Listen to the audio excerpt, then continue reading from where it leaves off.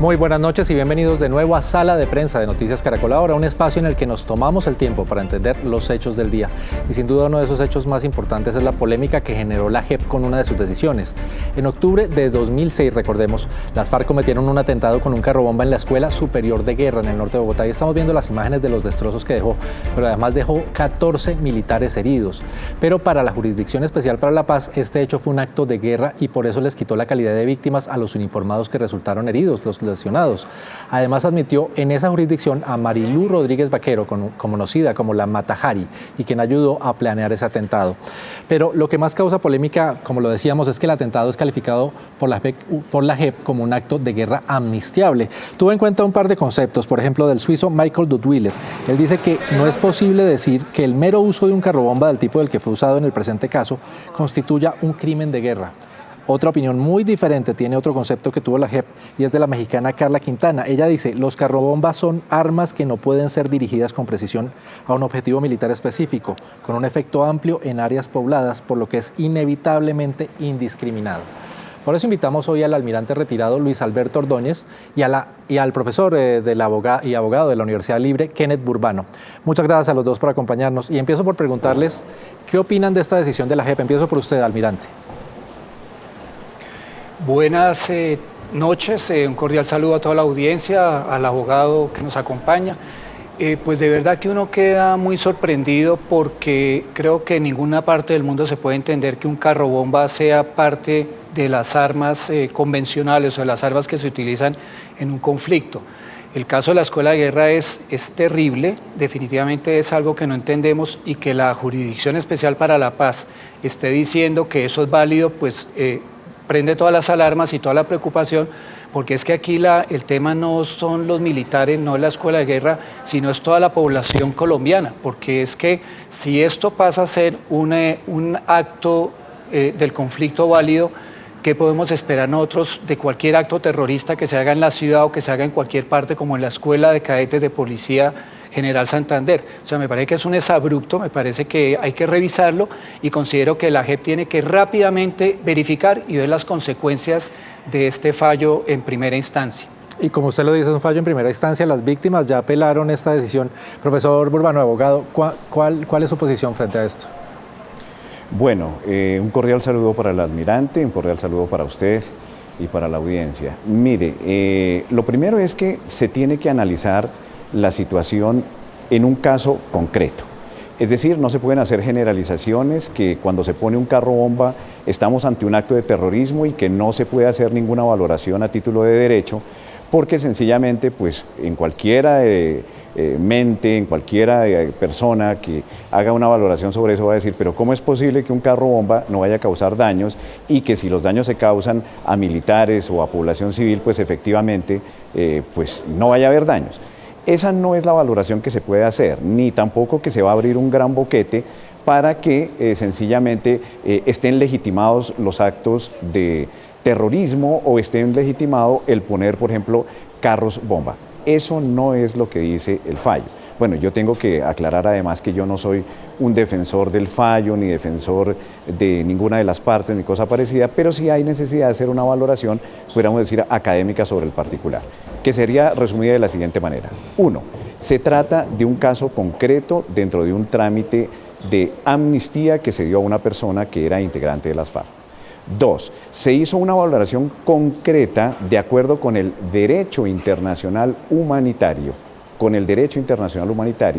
para saber si las condiciones de proporcionalidad, si las condiciones de distinción, que son principios aplicables al derecho internacional humanitario, se dieron o no se dieron.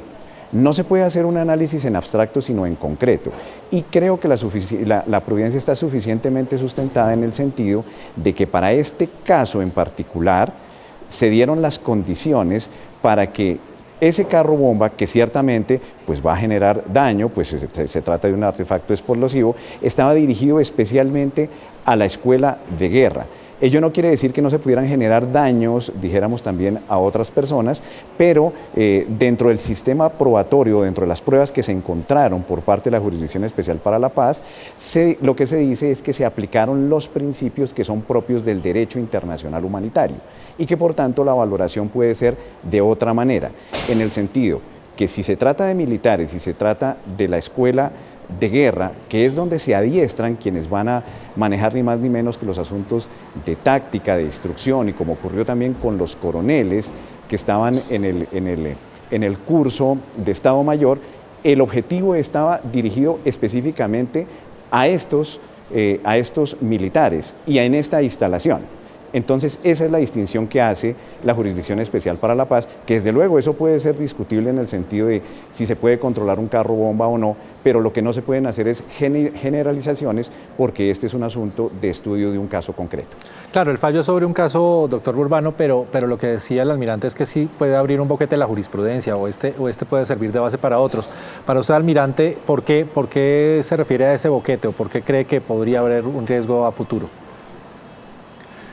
Es que ahí hay un tema interesante de lo que comenta el doctor Burbano, y es que cómo va a ser válido un blanco cuando se habla de la Escuela Superior de Guerra, que es una institución de educación superior donde no solamente hay militares. Luego se le pone un carro bomba a un grupo, teóricamente están diciendo que de militares que ni siquiera tenían un arma porque estaban estudiando, su única arma era el computador y los cuadernos. Pero no solamente es tan equivocado también la percepción que pienso que la persona que, digamos, construyó el fallo no conoce la Escuela Superior de Guerra. La Escuela Superior de Guerra como institución de educación superior no solamente imparte los cursos al personal militar, sino también hace maestrías donde van civiles, también hace diplomados, también hace cursos de especialización donde van alumnos de pregrado que van a aprender de seguridad y defensa. Entonces, cuando se pone un carro bomba, que además es un arma no convencional, que no tiene uno ni idea de cómo se puede controlar, de cuáles son los daños que va a causar. Hago un paréntesis ahí para decir que el tanque de gas que llevaba en el baúl terminó en una ventana de la Universidad Militar Nueva Granada. Entonces es algo que no se puede controlar, puesto en una unidad que no es una unidad operativa, es un cantón académico. Entonces, si usted mira por la derecha, está la Universidad Militar con 6.000, 7.000 alumnos absolutamente civiles. Están todos los civiles que están en la Escuela de Guerra estudiando porque es una institución, vuelvo y repito, de educación superior. Si sigue mirando, está el Hotel Colón, que es un hotel, como su nombre lo dice, donde la gente se aloja. Hay un dispensario, que es un sitio que además es protegido por el derecho internacional humanitario, y etcétera. O sea, usted está viendo que lo que hicieron ahí, y además diría uno que podría haber sido, presuntamente fue con toda la mala intención, porque esta señora estuvo cuántos meses estudiando en la Escuela Superior de Guerra y tuvo la oportunidad de conocer perfectamente quiénes van a esa institución, tuvo la oportunidad de ver que hay civiles por todos lados, tuvo la oportunidad de ver que los militares están armados de libros. Entonces, esto es un exabrupto total y para mí sí genera jurisprudencia, porque así como usted comentaba, Germana, la introducción del tema, que se consultaron conceptos de una persona de un lado y luego de una mexicana del otro, esto claro que genera jurisprudencia, pero sobre todo el mensaje es terrible, es que un carro de bomba que se mueve por Bogotá, que puede estallar en cualquier sitio y luego se pone en un lugar como es la Escuela Superior de Guerra, pues perdóneme, pero esto riñe con cualquier principio del derecho internacional humanitario, mucho más de los derechos humanos. Esto no es una acción de guerra, esto es una acción de terrorismo. Y el derecho internacional humanitario no acepta o no permite actos de terrorismo y mucho menos amnistiar a quienes los han cometido. Doctor Burbano, con lo que dice el almirante también me queda la duda. Usted dice que no es un defensor del fallo, pero pues lo entiende de alguna manera y lo está justificando. Un acto de guerra no es un enfrentamiento entre dos partes, no es que una parte, perdón la crudeza, que unos militares se disparen con unos guerrilleros y ahí haya un enfrentamiento. Esto podría considerarse como un acto de guerra como tal, si es lo que ocurre, un carro bomba que ponen y que efectivamente, como dice el almirante, podría haber estallado en otro lugar.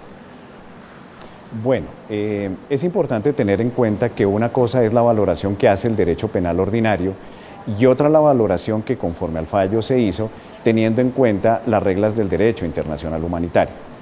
Claro, lo que no puede quedar como sensación es que definitivamente poner carros bombas es un acto permitido y que eso no tiene consecuencia jurídica alguna. No, por supuesto que no, que los actos de terrorismo pues obviamente están prohibidos. Y si usted observa qué fue lo que pasó con la persona que amnistiaron, a esa persona entonces se la procesó y se la condenó justamente por terrorismo, por lesiones personales agravadas y por tentativa de homicidio. Y esos delitos entonces son los que se generan para amnistiar. Lo que pasa es que siempre que estamos hablando del derecho internacional humanitario, estamos hablando de confrontación armada, porque el derecho internacional humanitario se aplica si hay conflicto armado.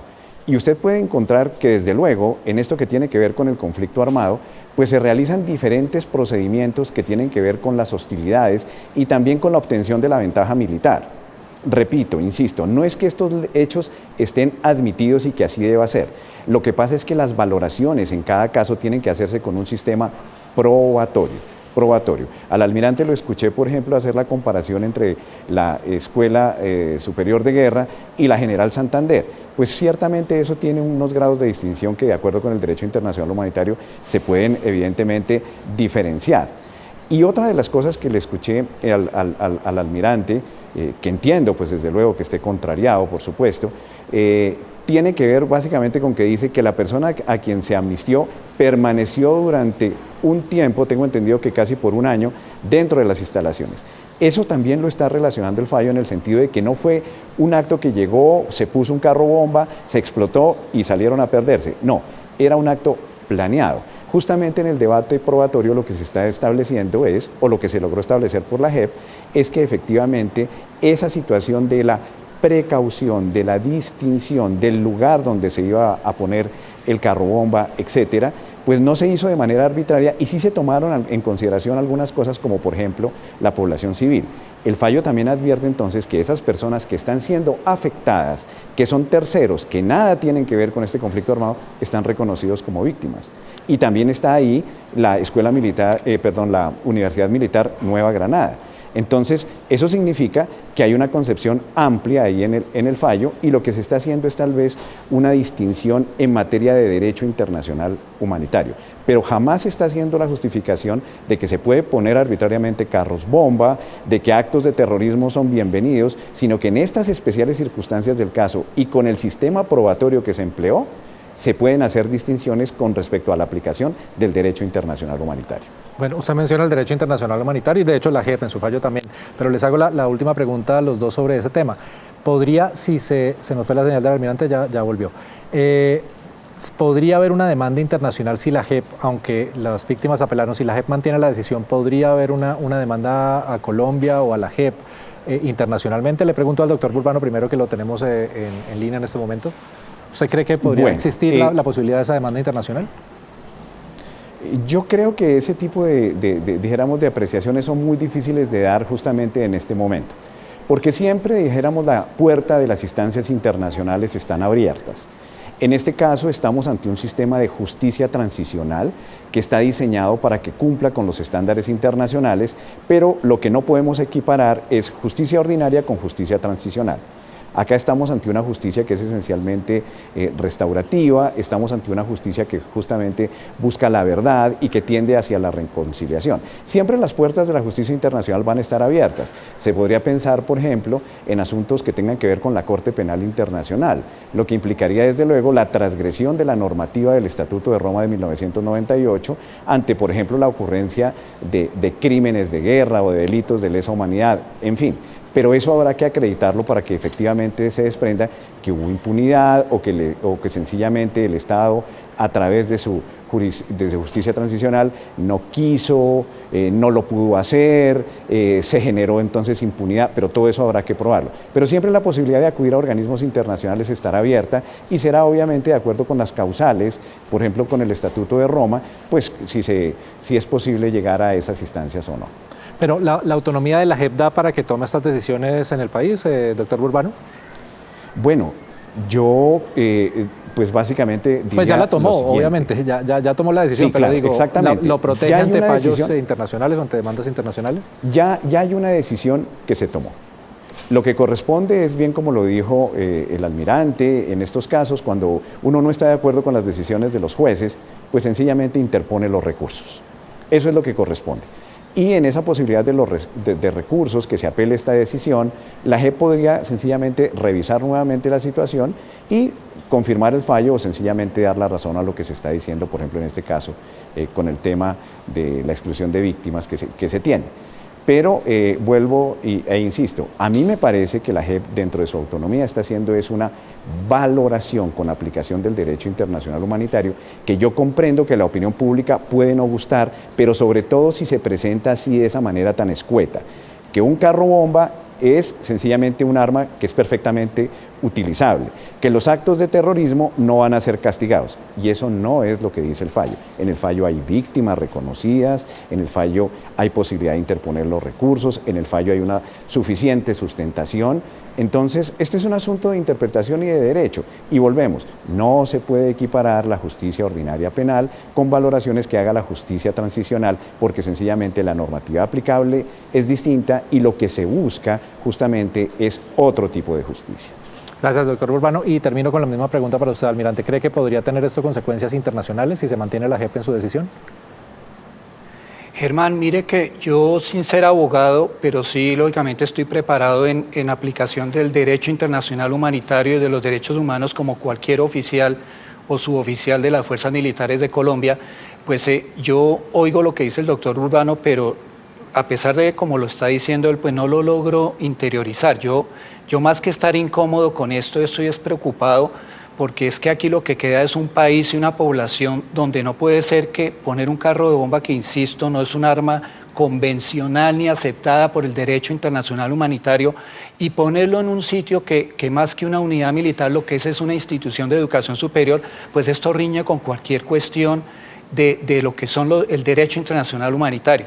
Entonces yo pienso que sí va a haber instancias internacionales. Yo me imagino que las víctimas militares pues van a acudir hasta donde tengan que ir, porque esto, para mí, con el respeto que me merece la JEP, es un exabrupto, y a nadie le cabe en la cabeza hacia allá toda la argumentación que se quiera dar, pero un carro bomba no es un arma convencional, y mucho menos puesto en el corazón de un cantón académico donde los civiles están revueltos con los militares, porque tanto los unos como los otros están estudiando allá, y eso lo sabía la señora Marilú Rodríguez cuando le dio su informe al secretariado y decidieron poner la bomba. O sea, no es ningún secreto que allá adentro no eran militares y que no estaban armados ni que estaban en disposición de guerra. Simplemente eran estudiantes, como lo eran los civiles, y hoy en día las víctimas militares no las quieren reconocer, como si los militares no fueran sujetos de derechos humanos y no fueran sujetos a que también este conflicto los afectó, porque es que ellos no incitan, nosotros los militares no incitamos el conflicto. Fueron unos grupos que decidieron salirse de la ley, decidieron ignorar la Constitución y decidieron irse a tomar las armas en contra del pueblo colombiano. Entonces no es justo que ahora los militares que pusieron el pecho, hoy en día en este caso la Escuela Superior de Guerra son víctimas, tengan que aceptar el fallo de la JEP como si esto fuera normal. Yo estoy seguro que ahí habrá instancias internacionales y tocará ir a las cortes y demostrar que ahí hay cosas que no se comulgan con el derecho internacional humanitario.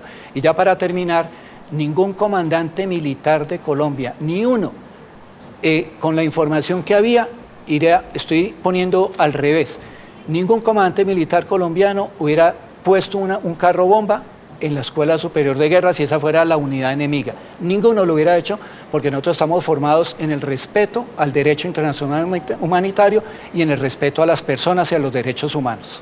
Bueno, muchas gracias a los dos, al almirante y al abogado Burbano. Dos puntos de vista definitivamente muy diferentes y dos interpretaciones que seguramente seguirán dando de qué hablar. Esta sobre el fallo de la JEP. Muchas gracias a los dos y muy buenas noches. Buenas noches. Germán, muchas gracias. Muy amable abogado, mucho gusto. Y hacemos una pausa, Igualmente. pero cuando regresemos hablaremos de la llamada pobreza oculta. ¿Qué es? Ya les vamos a contar.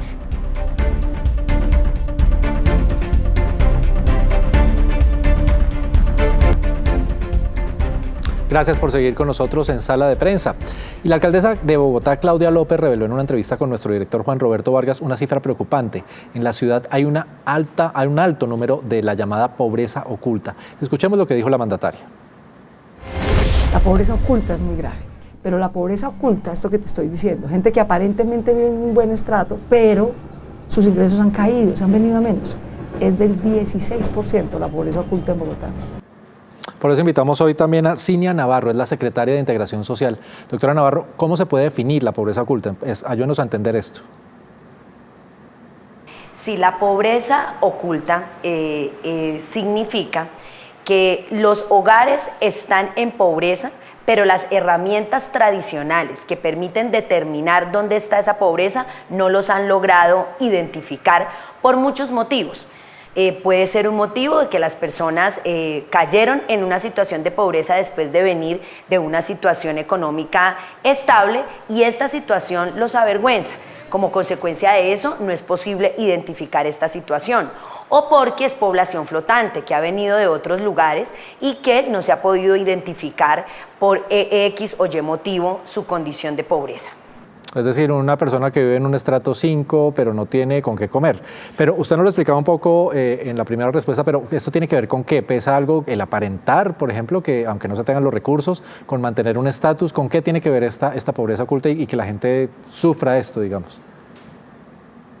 Exactamente, como lo expresaba, está por un lado el tema de la llamada pobreza vergonzante, ¿sí? Que es esa situación de personas que venían de una condición económica importante y que por los avatares de la vida cayeron en una situación de pobreza.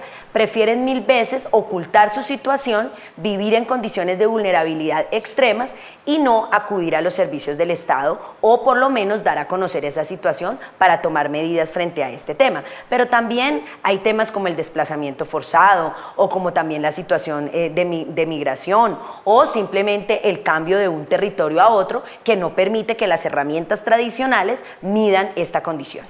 Toca usted otro punto importante, mucha gente lo oculta, entonces ¿cómo se puede detectar y especialmente atender este tipo de pobreza?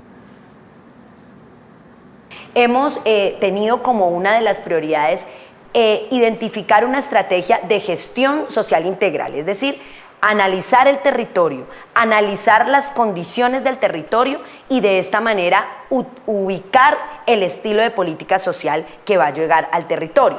Cada territorio de Bogotá tiene una situación específica y hay que medir esa situación en clave de pobreza monetaria, pobreza multidimensional, pero también pobreza oculta, para lo cual vamos a ir con nuestros equipos territoriales a determinar cómo están las condiciones en cada uno de los lugares identificados desde la Dirección Estratégica de la Secretaría de Integración Social. Doctora Navarro, muchas gracias. Y hay que aclarar que esto no solo ocurre en Bogotá, ocurre en otras ciudades del país. Y hacemos una nueva pausa, pero ya viene Ricardo Espina para contarnos qué tiene en su radar. Ya regresamos.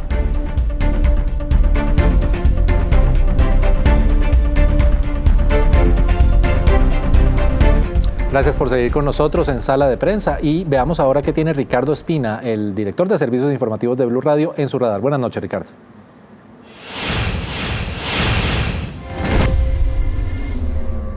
Muy buenas noches. Hoy entra en el radar un estudio de la Asociación Nacional de Industriales, quiere decir de los más importantes empresarios de Colombia, que demuestra que todavía sigue siendo muy alta la inequidad frente a la posición de las mujeres en cargos directivos en empresas del país. Ana María Ferguson, gerente regional de la ANDI, dio a conocer este estudio muy interesante que plantea muchas reflexiones. Según ese estudio, solamente una de cada 4 integrantes de juntas directivas de grandes empresas en Colombia es una mujer. Algunos dicen que podría ser la cifra mucho menor, pero todavía falta en materia de equidad. Falta todavía porque dice Ferguson también que es aún menor el número de mujeres que ocupan cargos directivos en esas empresas, quiere decir presidencias o vicepresidencias. Esa disminución se da porque solamente el 15% de presidentes y de vicepresidentes en empresas en Colombia son mujeres. Pero además de eso, hay otro indicador que llama poderosamente la atención y que es preocupante. Y es que las mujeres en promedio trabajan 15 horas más que los hombres en cargos iguales, en responsabilidades iguales, y el sueldo sigue siendo inferior al de las mujeres frente a los hombres. Esto lo dicen otro tipo de estudios y de análisis. Por eso es un elemento que tiene que tenerse en cuenta por parte de todos los sectores públicos y privados en el país. De la manera en la que se está avanzando, sí, hay que decirlo, pero todavía falta camino por recorrer para poder brindar esa equidad real a las mujeres en materia laboral. Esto se une con un reclamo respetuoso pero público que hizo la vicepresidenta Marta Lucía Ramírez en los últimos días, porque entre jueves y viernes de la semana pasada, la Corte Suprema de Justicia finalmente logró elegir a 7 nuevos magistrados. Esta era una elección que estaba bastante demorada por disputas internas y finalmente en medio de la controversia salió adelante esa elección. Lo llamativo es que de esos 7 nuevos magistrados, ninguno es una mujer. Por eso la vicepresidenta hizo un llamado para que las entidades públicas y privadas sigan avanzando hacia ese camino de equidad para las mujeres, teniendo en cuenta además un elemento que sin duda es determinante y adicional, que también revela ese estudio de la ANDI, y es que las mujeres utilizan muchísimo más tiempo, más del doble que el de los hombres, para manejo y asuntos del hogar. Ese es otro elemento diferencial. Hay que avanzar todavía mucho más en equidad de la mujer en materia laboral. Gracias, Ricardo. Nos falta mucho en ese tema de equidad y sin duda debe seguir en nuestro radar. Y así llegamos al final de Sala de Prensa. Los esperamos mañana con mucha más información. Buenas noches.